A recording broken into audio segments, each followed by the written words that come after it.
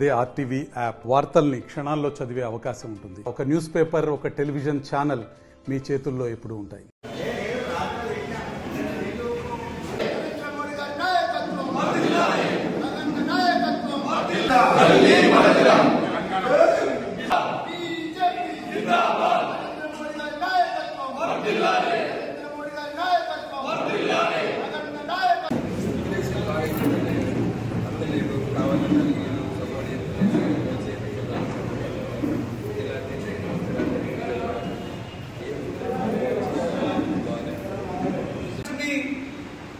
జరిగింది. మంచిర్యాల బీజేపీ జిల్లా అధ్యక్షులుగా కొనసాగిన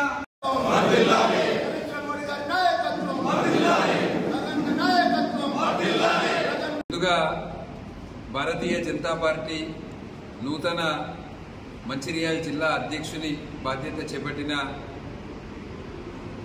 నగునూరి వెంకటేశ్వర్ గౌడ్ గారికి భారతీయ జనతా పార్టీ తరఫున శుభాకాంక్షలు, శుభాభినందనలు. వెంకటేశ్వర్ గౌడ్ గారు చాలా సీనియర్ నాయకులు. బీజేపీ అనేది ఒక క్రమశిక్షణ కలిగిన పార్టీ, ఒక సిద్ధాంతం కొరకు పనిచేసే పార్టీ. ఇది కాంగ్రెస్ పార్టీ లెక్కనో టీఆర్ఎస్ పార్టీ లెక్కనో నేను ఎమ్మెల్యే, నా భార్య డిస్టిక్ ప్రెసిడెంట్, నా జీవితాంతం డిస్టిక్ ప్రెసిడెంట్ ఉంటాము, అటువంటి పార్టీ కాదు ఇది. దీనికి సంస్థాగత ఎన్నికల పర్వం నిర్వహించడం జరిగింది. సంస్థాగత ఎన్నికల్లో భాగంగా ముందు సభ్యత్వం తర్వాత క్రియాశీలక సభ్యత్వము, బూత్ కమిటీలు, మండల కమిటీలు, జిల్లా కమిటీలు. దాంట్లో భాగంగా ఒక సిస్టమ్ ప్రకారం నిజమైన ప్రజాస్వామ్యం కలిగిన పార్టీ భారతీయ జనతా పార్టీ. నూతన రాష్ట్ర అధ్యక్షులను కూడా పార్టీ నియమిస్తుంది.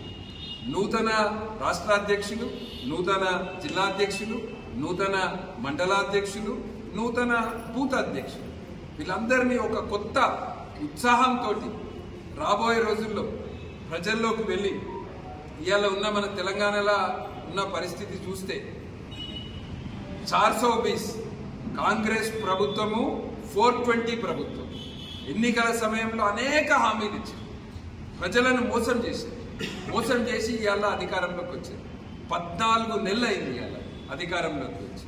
ఎన్నికల సమయంలో ఇచ్చిన హామీలు నెరవేర్చుట్ల పూర్తిగా విఫలమైంది.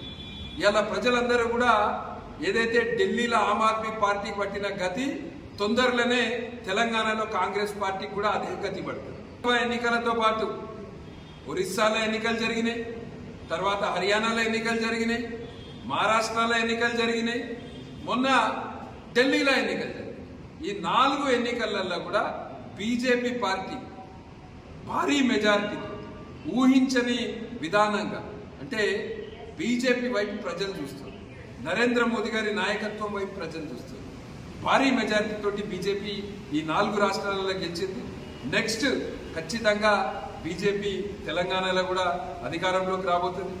రాబోయే ఎన్నికలు ముఖ్యంగా నేను అందరినీ కోరేది ఒకటే, ఎమ్మెల్సీ ఎన్నికలు ఈ నెల 27వ తేదీ నాడు ఎమ్మెల్సీ ఎన్నికలు ఉన్నాయి. ఈ ప్రభుత్వం అన్ని వర్గాలను మోసం చేస్తుంది. రైతులకు రుణమాఫీ ఇంకా చక్కగా కాలేదు. రైతులకు రైతు భరోసా పేరు మీద ఎకరం ఉన్నోళ్ళకి ఇష్టం అంటారు. మరి ఎవరికి పైసలు వచ్చినాయి? ఎకరం ఉన్నోళ్ళకు కూడా చాలా మందికి రాలేదు. గమతే ఎమ్మెల్సీ ఎన్నికలు ఉన్నారు కనుక ఎమ్మెల్సీ ఎన్నికల్లో యువకులకు, నిరుద్యోగులకు 2 లక్షల ఉద్యోగాలు ఇస్తామని చెప్తారు. ముఖ్యమంత్రి రేవంత్ రెడ్డి అంటాడు 50,000 ఉద్యోగాలు ఇప్పటికే ఇచ్చినామన్నది. మరి తెలంగాణ పబ్లిక్ సర్వీస్ కమిషన్ వెబ్సైట్కి పోతే ఇప్పటి వరకు 14,000 ఉద్యోగాలకు నోటిఫికేషన్ ఇచ్చింది. 14,000 ఉద్యోగాలకు నోటిఫికేషన్ ఇస్తే నువ్వు 50,000 ఉద్యోగాలు ఎట్లా ఇచ్చినావు? నిరుద్యోగ భృతి ఎక్కడ పోయింది? నీ 4,000 నిరుద్యోగ భృతి 14 నెలలు అంటే ఒక్కొక్క యువకునికి ఈ ప్రభుత్వం 56,000 రూపాయలు బాకీ ఉన్నాయి. ఉద్యోగస్తులు, ఉపాధ్యాయులు పిఆర్సీ ఇంకా అమలు చేయలేదు. తెలంగాణ వచ్చినాక 2వ పిఆర్సీ అమలు చేయలేదు. డిఏ ఏరియర్స్ ఉన్నాయి, ఇంకా ఇవ్వాల్సినవి. రిటైర్డ్ ఉద్యోగస్తుల పరిస్థితి అదే ఉన్నది. ఇట్లా ఉద్యోగస్తులను మోసం చేసి, కాంట్రాక్ట్ లెక్చరర్లు, పార్ట్ టైం లెక్చరర్స్ ఇవాళ వాళ్ళను రెగ్యులరైజ్ చేస్తామని చెప్పి మోసం చేశారు. సమాన పనికి సమాన వేతనం లేదు. ఈ ప్రభుత్వం వచ్చినాక 14 నెలల్లో ప్రతి డిపార్ట్మెంట్లో ఉన్న ఉద్యోగస్తులు, మనం ఐటీడీఏ వాళ్ళకి చూస్తాం, ఊట్నూరులో పెద్ద ఎత్తున వాళ్ళు కూడా ధర్నా చేయడం జరిగింది. రాబోయే ఎమ్మెల్సీ ఎన్నికలు కాంగ్రెస్ పార్టీకి గుణపాఠం చెప్పాలి రాబోయే ఎమ్మెల్సీ ఎన్నికలు. ఇంకొకటి చాలా క్లియర్గా అర్థమవుతుంది, టీఆర్ఎస్ పార్టీ గెలవమనే నమ్మకం, వాళ్ళకు గెలుస్తామనే నమ్మకం లేదు టీఆర్ఎస్ పార్టీ. ఇవాళ టీఆర్ఎస్ పార్టీ కాంగ్రెస్ క్యాండిడేట్లనే పెట్టలే ఎమ్మెల్సీ ఎన్నికల్లో.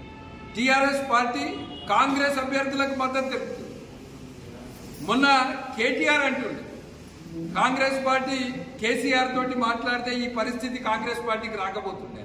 అంటే కాంగ్రెస్ పార్టీ టీఆర్ఎస్ పార్టీ రాబోయే ఎమ్మెల్సీ ఎన్నికల్లో ఒకటై బీజేపీ అభ్యర్థులను ఓడగొట్టడానికి ప్రయత్నం చేస్తున్నారు. ఇది చాలా క్లియర్గా అర్థమవుతుంది. నేను అందరినీ కోరేది, పట్టభద్రులను, ఉపాధ్యాయులను అందరినీ కోరేది ఒకటి, ఈ ఎమ్మెల్సీ ఎన్నికల్లో కాంగ్రెస్ పార్టీకి గుణపాఠం చెప్పాలి. ఈ ఎమ్మెల్సీ ఎన్నికల్లో బీజేపీ అభ్యర్థులను పెద్ద ఎత్తున గెలిపించండి. బీజేపీ మీకు అండగా ఉంటుంది. ఖచ్చితంగా మీరు రాబోయే ఎమ్మెల్సీ ఎన్నికల్లో భారతీయ జనతా పార్టీ అభ్యర్థులండి.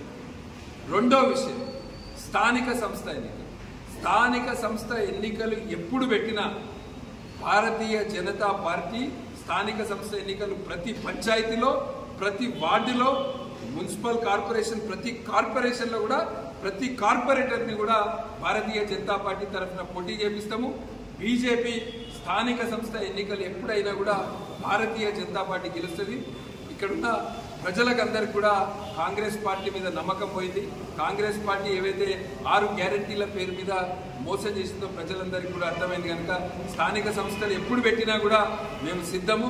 మరిన్ని వీడియోస్ కోసం ఛానల్ ని సబ్స్క్రైబ్ చేయండి. లేటెస్ట్ అప్డేట్స్ కోసం వాట్సాప్ ఛానల్ ని ఫాలో చేయండి. అండ్ లింక్ డిస్క్రిప్షన్ లో ఉంది.